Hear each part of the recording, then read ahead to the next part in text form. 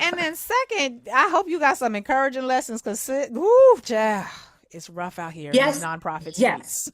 It is hard. I mean, I don't need to tell you, every time we're in this conversation together and in community together, this is a tough time. And each time Right. it seems to get a little tougher. I had the privilege of taking a sabbatical after nearly 12 years with the Ms. Foundation for Women. So Wow. I got a few months off where I got to sleep and I got to rethink things, and I got to see the chaos we are in from 60,000 feet instead of Mm. on the everyday. And I will say, I actually am in probably a bit better mode, right? I watched the current administration's first 100 days um, from a place of critique and an understanding of what we need to do. Mm. So what do we need to do? Because I'll be honest with you, I have not gotten that 60,000 distance. I'm in the everyday, and because of Exactly. the way in which I do my work, I mean, I this show is like the highlight. It's like the long brunch of a very long work day.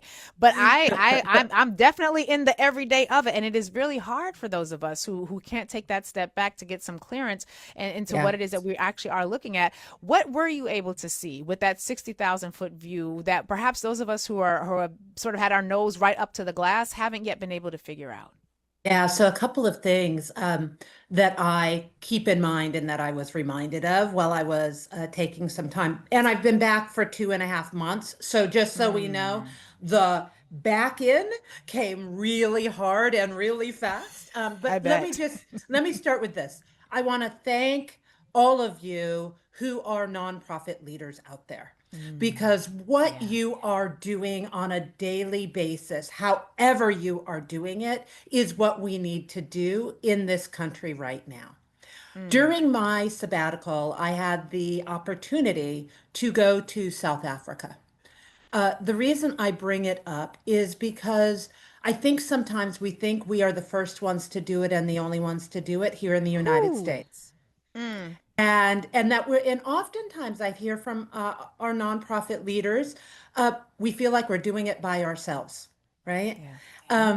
And when we look at South Africa, I was there for about 2.5 weeks.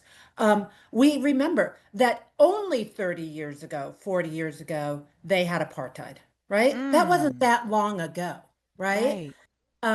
That it just became illegal, right? In that world. And we forget that in the United States too, that,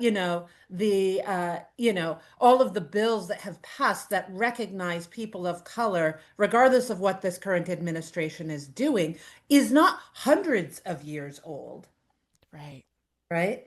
Right. So, that for me was a very crucial thing, was to remember that building a democracy for us and by us is going Mm, to take a little longer.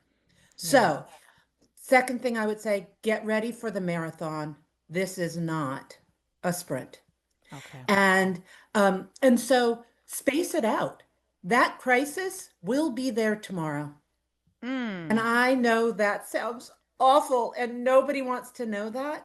So care for yourself. When people ask me what I did during my sabbatical, I say I slept, because I have been a social justice, racial justice activist, education activist, arts activist for over 30 years. And I had mm, never stopped to just inhale.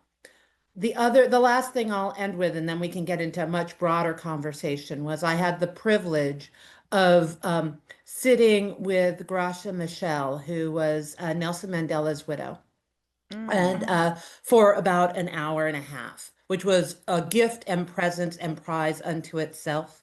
Yeah. And I asked her the question, like, what do we do, right? I am looking at you, who has gotten us here, uh, and she said to me, the values of America and the values of many places are the roots of the tree. So while Mm. this administration may go to cut off its limbs and go to cut off the trunk, as long as the roots of the tree are strong, it will be Huh. okay. And so the way I've interpreted it, I'm a a naturalist at heart. I love the outdoors. I study trees. As you can see behind me, I have tons of plants. Um, I what that meant to me was sometimes we can't see the buds on the tree. But what we Mm, need to do that trees do is when they feel like somebody, they're connected up by their roots. And when something isn't going well, they send the nutrients to those roots so that they that's can make right. sure it stays strong. And That's right. right now, it is not necessarily about how we show up externally, but when we show up internally, what are we doing to feed the roots? And so, to Mm, all of my nonprofit leaders, to all of my activists out there, to my sisters, brothers, and siblings in this work, feed your roots, mm, know your values, mm, and make sure you show up in the spaces that will feed your roots for you. And we might have to do this work underground while the chaos is going on. right. And they can cut off the arms or the branches and they can cut off the trunk. But if our roots are strong, if we know who we are, if we live into Mm, our values, on the day when the buds do come back out on the tree, we will be there. mm. Teresa, as I listen to you speaking it, and I'm so touched by what it is that you had to say, and by the words. And say her name again. We often we when we think Oh, about who Nelson Mandela was married to, we often you forget think that of he was Winnie. not. We think of Yeah. Winnie Mandela, but the name of his widow, with whom he was married, to whom he was married at the time of his transition. Can you say her name again for us, please? Graca, Graca, Michelle. Grasa Michelle. So as I Yeah. hear the words of a Grasa Michelle, my first thought was, well, the roots of America are terrible. There's a genocide and enslavement.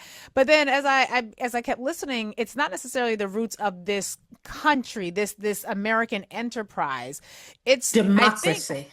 democracy, and it felt like I was also leaning into, it's the roots of us as a people, right? It's the roots of us who are a justice seeking people Yeah. who are striving to live in a world. We did not want this. We did not want to create this. This was not what our ancestors was wildly dreaming about. But here we Right. are, and the roots of Yeah. our connectivity to each other. And like you, I love nature. My audience knows I'm a granola black girl, and I just, it's what it is. We will It's just hike, what it my is. friend. We That, will hike. we will hike, and we will climb, and we will be blessed by melanin, or by the sun blessing our melanin. But Yeah. but as I think about that, and the imagery of what trees and the what is it, the mycelium, I think it is, it's Yeah. the network under the trees, Underneath. that it's like their Wi-Fi system, y'all. It's like they have their own, I won't call it AI, they have their own cell phone network, their own Wi-Fi system where they can communicate to each other. Exactly. It is literally underground because it's a connection between their root structures, but they are so in tune with each other, Teresa, that they can sense when there is a problem with one particular tree. And they're not just going to send thoughts and prayers. They're going to send nutrients from their storehouse within their root structure into the root structure of the part of the community that's struggling and hurting. And I think that is such a powerful, it's such powerful imagery for what we're facing right now. We spent this morning talking a lot about what we're seeing in LA, and what we're seeing in terms of the protests and the concerns and the fears that people have. But within the nonprofit community, we have seen nonprofit organizations stand up for each other, support each other. We at the Center for Law and Social Justice, because of our structure, we're able to sort of take on things in ways that some traditional nonprofits are not. So we're thinking critically about how we can do that, and be in support of each other. But one of the elements of the nonprofit community we have not heard a whole lot from has been the philanthropic membership of the nonprofit spaces. Now, there are standouts like yourself. I can think of like Brooklyn Org doing a lot of work of standing up right now, but we are seeing most of the nonprofits out there doing the work with budgets that have been slashed, grants that Yes. have been cut, and we're Yeah. seeing a lot private foundations and No. philanthropic groups who are basically, yeah, this is not the time for us to step in, and taking a very much let's just wait and see, hands off approach. Yeah. As we're Yeah. encouraging the nonprofit community, what is it going to look like to think about doing this work without the support of the philanthropic entities that traditionally would stand to fill in those gaps?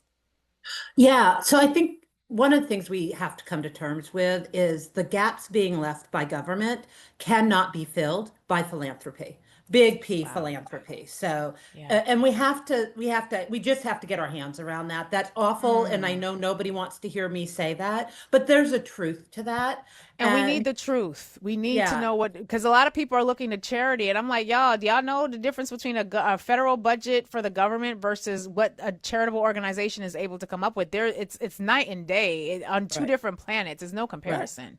Right. And so, so I think also, so we are seeing, right, in the nonprofit sector, there were dollars coming from the federal government into states. States were helping to fund nonprofits who are doing work within their communities. Mm. That's not going to be happening any further. I think what we're going to need to do, what I would ask every person listening to your show to do, is figure out how you can give $5 more to another organization, Mm. because we anticipate everything that I'm hearing out there, Yeah. is the fact that we will lose some of our nonprofits. We won't lose our leaderships. Our Right. leadership will be out there, but we will lose some nonprofits. They will have to fold, right? Yeah. And that is not what we Wow. want necessarily. What I would say to people is start thinking about where you partner. Right. Start looking at where you have values alignment and mission alignment. Start figuring out what it is that you need to be doing. Mm. And take note that, like, the Ms. Foundation for Women is a public philanthropy.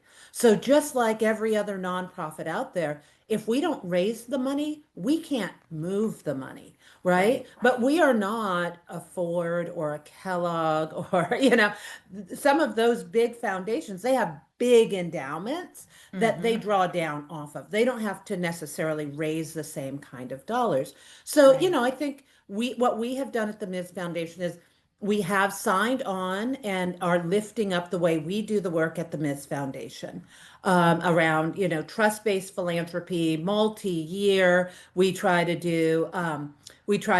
give general operating support as much as possible. We go into deep relationship with our partners. We do not require that you fill out a 20-page application, but we're a tiny little nonprofit philanthropy as opposed to Mm. big philanthropy.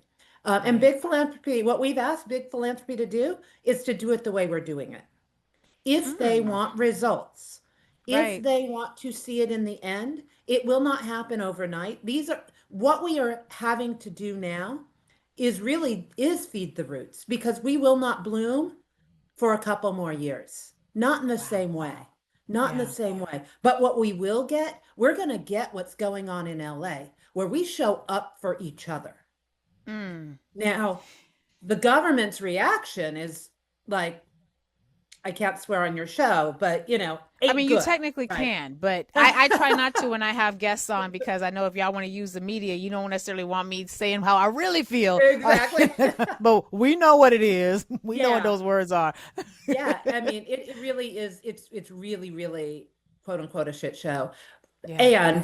And what I think this moment in time will give us is a chance for people to remember that their voice matters and that they need to show up. And we will see mutual aid like we hadn't seen it. We saw some of it rise up again during COVID and during this racial uprising in 2020. I think we will Yeah. see that again, because we know that mutual aid is the way where people pool their money and provide service to community. And that may happen in every way. We may be Yeah. cooking each other dinner. We may be having game night so that we can come together and build community. We may Mm. be talking with people. We may be going on nature walks. We may be holding a vision for young people to understand what the world could look like if it Mm. was based in freedom, in love, in respect, in a mutual understanding, in deep relationship, right? Yeah. And we will Yeah. need to be able to say to those around us, I envision this world and I know we can get there where Mm. you matter and you matter, and the government does not get to tell you you don't, I right? love that. And it's everything, because many of us won't be able to travel during this kind of chaotic time. Our Right. families may not be able to come in to visit us in this chaotic time. Right. So Are we going to city parks? Are we going to national parks? Are we able to get on a train? What does that look like? How do we re-envision what joy looks like and how we can do it Mm. together?